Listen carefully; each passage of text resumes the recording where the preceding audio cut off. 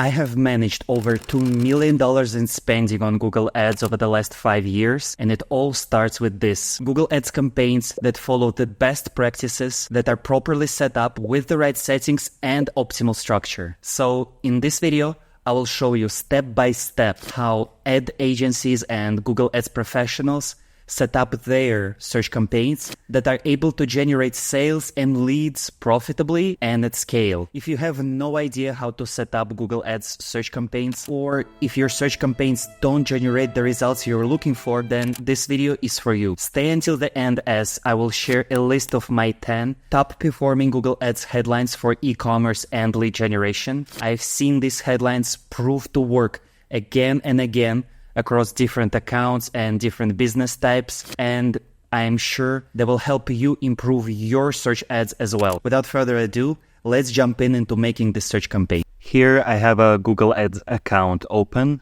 so click the Create button at the top left and select Campaign, or from the campaign view, click the plus sign and click New Campaign. You will then be prompted to choose a campaign objective. All this does is automatically applies certain settings to your campaign creation to make your campaign setup a bit more streamlined. You can choose create a campaign without a goals guidance, but in my experience, this doesn't matter that much, so I prefer using guidance here, so I will choose sales. You will then need to choose your conversion goal. In case of e-commerce, it will be your purchase event.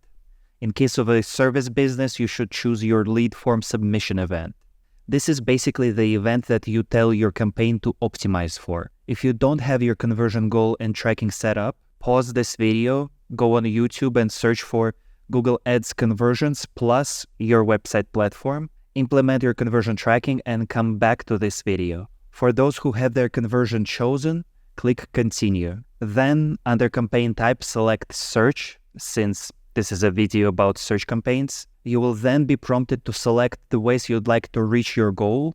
But again, this is just for guidance on campaign setup. I will select the website visits and add my website URL here. Next, you need to give your campaign a name. I highly recommend following a good naming convention so you can easily navigate your account and analyze your performance later. An easy naming convention you can try is campaign type, followed by what you're selling or offering. Choose a naming convention for your campaigns and stick to it.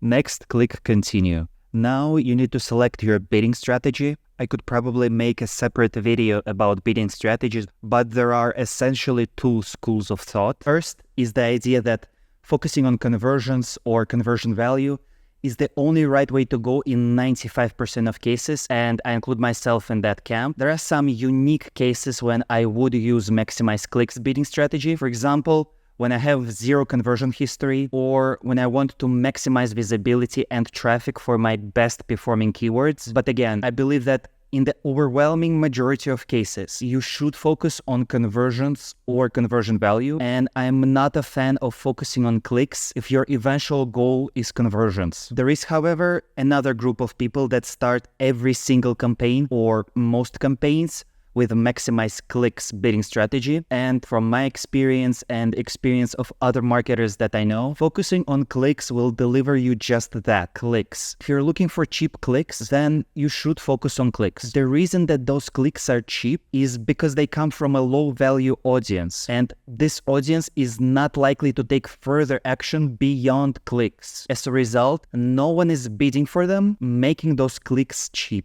If you, however, want conversions, meaning sales or leads, you need to tell Google that this is your goal. You might have heard that you need at least 30 conversions per month for each campaign in order for Google's algorithm to be well optimized for maximize conversions or conversion value. And it is true, but if you're working with a smaller budget and you can't reach that threshold, you shouldn't limit yourself to just optimizing for clicks.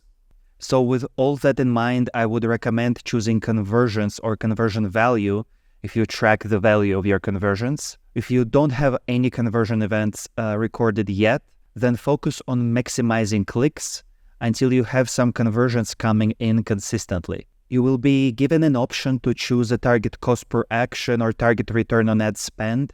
If you have historic data for these keywords, then you can start with your historic CPA and ROAS. But if you're just starting out, you can leave it empty until you have sufficient conversion data. I will make a separate video on how to properly set up and manage target ROAS or target CPA in the future, so subscribe to the channel so you don't miss it. If you are focusing on clicks, you will be given an option to set a maximum cost per click, which I recommend you set.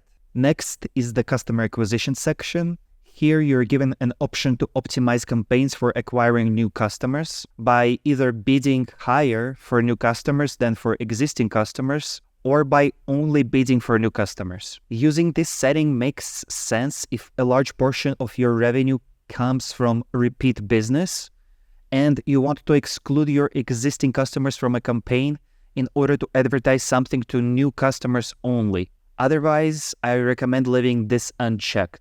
Click Next. Here you're able to select networks where your ads will be shown in addition to Google Search. In the search network, your ads can appear next to search results on other Google sites like Maps, Shopping, YouTube, Google Images, and on other websites of Google Search partners.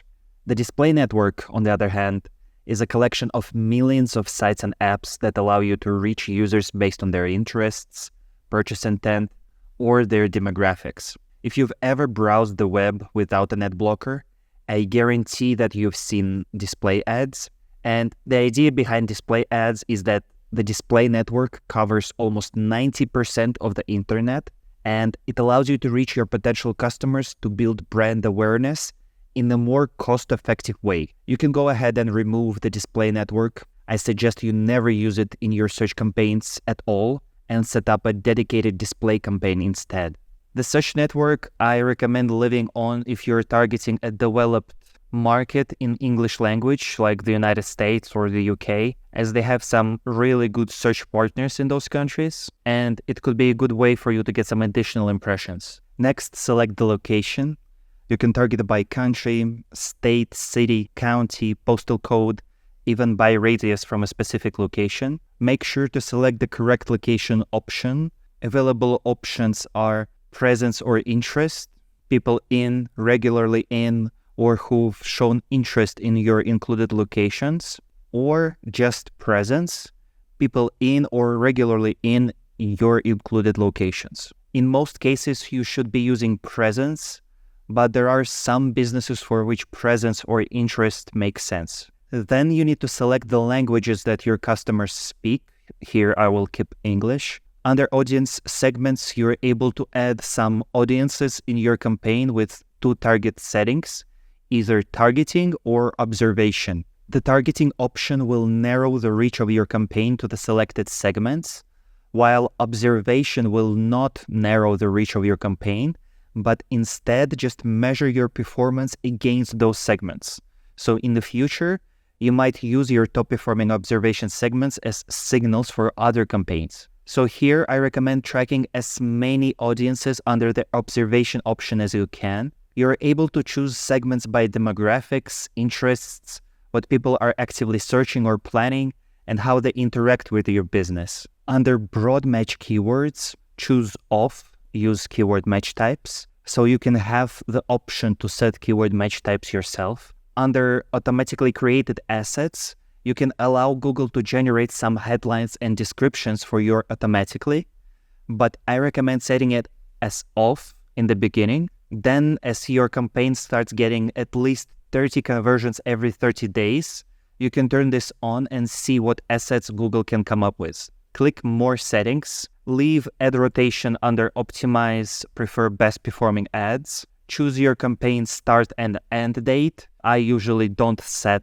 the end date. Ad schedule, I recommend leaving unchanged unless you have a business reason to run ads only on specific days or specific times of day. Leave campaign URL options unchanged. Under brands, you're able to add brand inclusions and brand exclusions. Brand inclusions is where you can show your ad on searches that match your keywords and mention the selected brands. Brand exclusions allow to stop your ads from showing on searches that mention those brands. Unless you've tested ads for a certain competitor keywords and determined through testing that this competitor's brand keywords don't work for you, you should leave brand exclusions empty. We're done with campaign settings, so click Next. The next step is keyword and asset generation, and this is a new feature.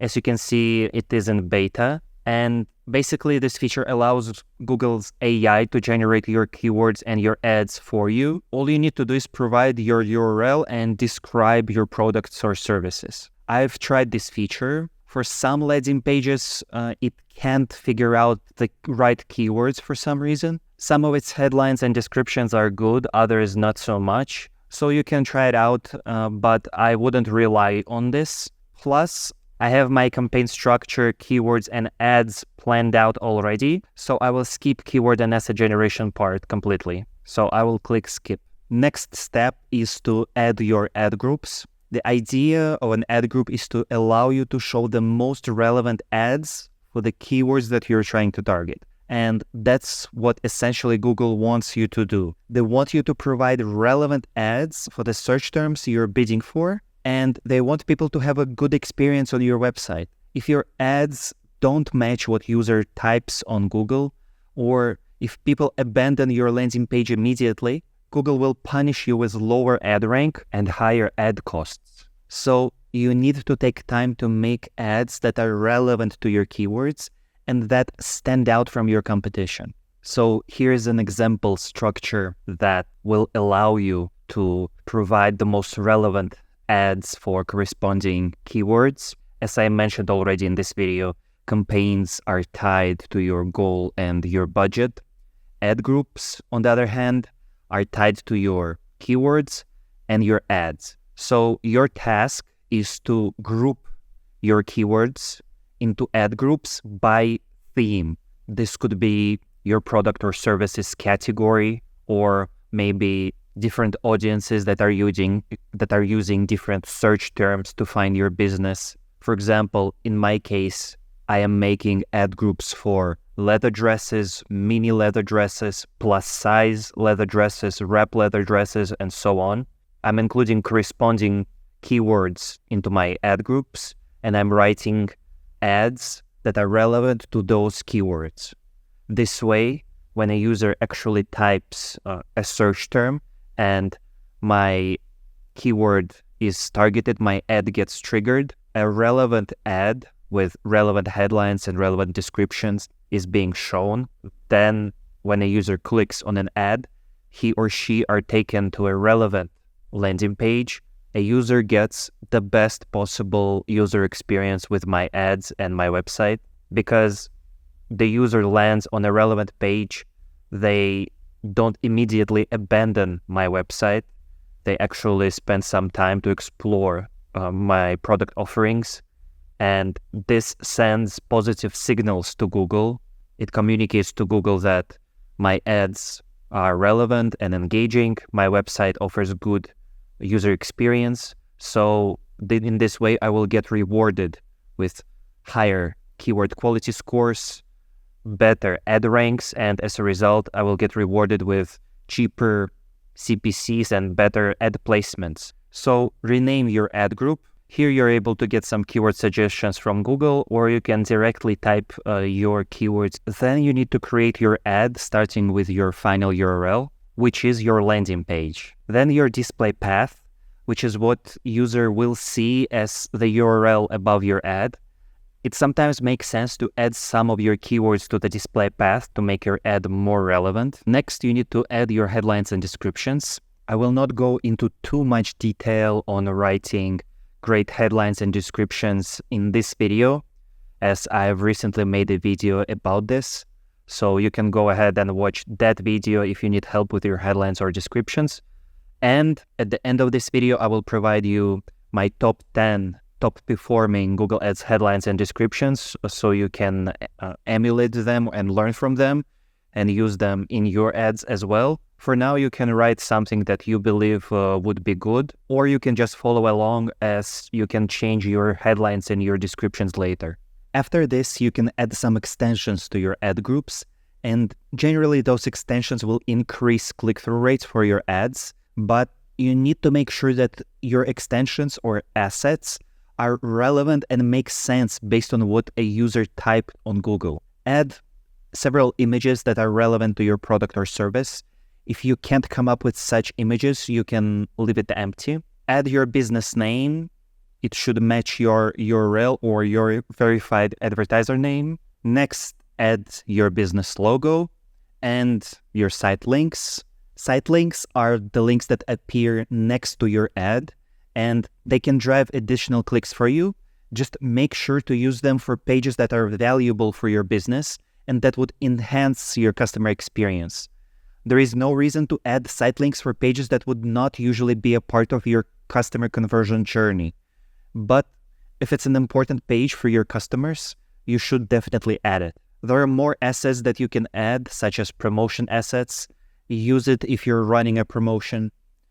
If you have a range of products or services with set prices, meaning you don't have some custom pricing model, you should definitely use price assets. If you have a competitive prices, you should definitely use price assets. They give your ads more space to highlight your products or services and their prices, of course. Callouts are basically callouts about unique or competitive aspects about your business. Structure snippets are other assets that highlight the variety of your product or service catalog. However, this asset is not clickable. I think if you have a variety of product categories or services that you offer, you should set up structured snippets assets as well. Lead forms are only for advertisers that are optimizing for capturing leads. If you're in e-commerce, you can skip this.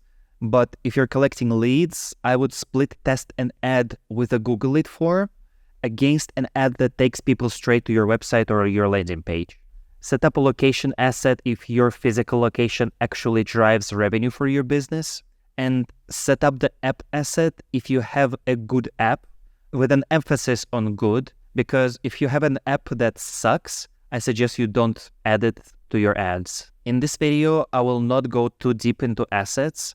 I think it would be better as a separate video, but for now, you already know the basics. But most importantly, you should understand that assets only make sense if they somehow enhance or accelerate your customer's conversion journey. Otherwise, there is no reason to add assets or something that is irrelevant to your goal as an advertiser. If you want to learn more about each asset, you can hover over this little question mark, click Learn More, and you can read a support article from Google about this asset.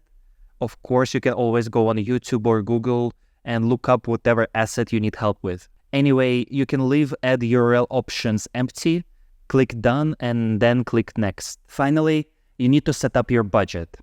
This is really a business decision you need to make, but from Google Ads perspective, it is optimal for Google's algorithm for your campaign to get at least 30 conversions every 30 days.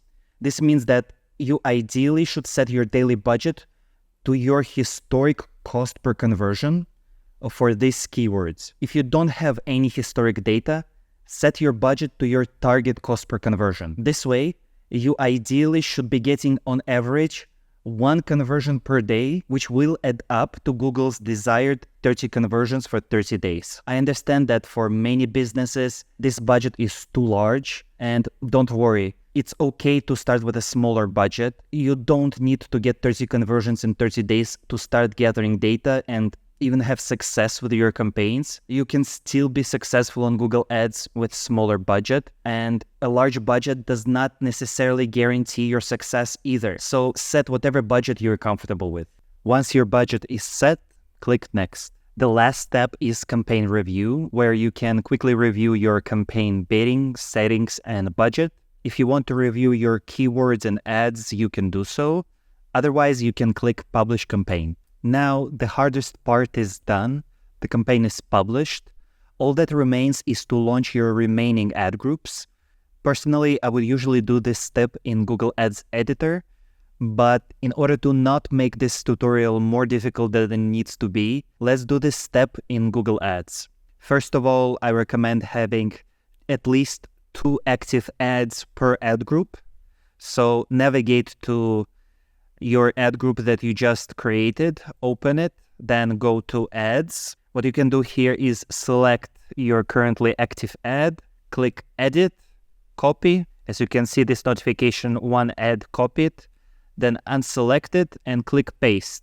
Select the ad group you want your ads to be pasted in. Your ad group that you're currently in is automatically selected, so you can just click Done. Make sure to check if ad already exists in destination, create a duplicate. So check this and click Paste. Now, this process is a little bit clunky. Sometimes the UI doesn't load fully. It also may take a little while for the paste function to actually work, but it does work. Just be patient with it. So as you can see, it just created the duplicate ad. What you need to do next is go to Edit and change your second ad up a little bit. I recommend changing just one thing, maybe pinning some of your headlines, maybe testing a different landing page. Just try to change just one variable and let two ads run side by side. Then after some time passes and you gather a meaningful amount of data, you can decide which ad performs better and pause the losing ad, and then rinse and repeat by testing another ad side by side with a winning ad. So once you have two ads in your ad group, go back to your campaign level, navigate to ad groups, and do the same with your ad groups. Select it, click Edit, Copy, then again unselect it and click Paste. By default, you will be pasting in the right campaign, and just click Paste. And then once it's done, update the name of your ad group. Then go inside this new ad group and update your keywords, and then update your ads. Remember that ads need to be relevant to your keywords, and don't forget to update the final URL link and assets if needed as well. Then rinse and repeat this process for the rest of your planned ad groups. This way, you should get the following campaign structure, where you have one campaign that is tied to your goal. Then inside this campaign, you're going to have multiple ad groups that are all tied to a specific theme. This theme should be captured by your keywords, and for each of the themes, you need to write two relevant ads. I hope this explanation makes sense, and this structure is what actually currently works for search ads. And this is the way you should be organizing your search campaigns in 2024. And just like that, your campaign is fully ready. In this video, I just really explained the basics. There are so many things that I can go into more detail about, and I'm excited to share my Google Ads knowledge and experience with you on this channel. Thank you so much for watching up to this point. I really appreciate it. As promised, I am sharing my top 10 Google Ads headlines. However, my channel right now is young and too small, so YouTube doesn't let me add any external links to my video descriptions. So you can go to my Instagram or my X account at Google Ads Nerd and find the link to the list in my bio. Subscribe to the channel for more videos about how to succeed on Google Ads. Leave your Google Ads questions in the comments. Thank you so much for watching. I will see you in the next one.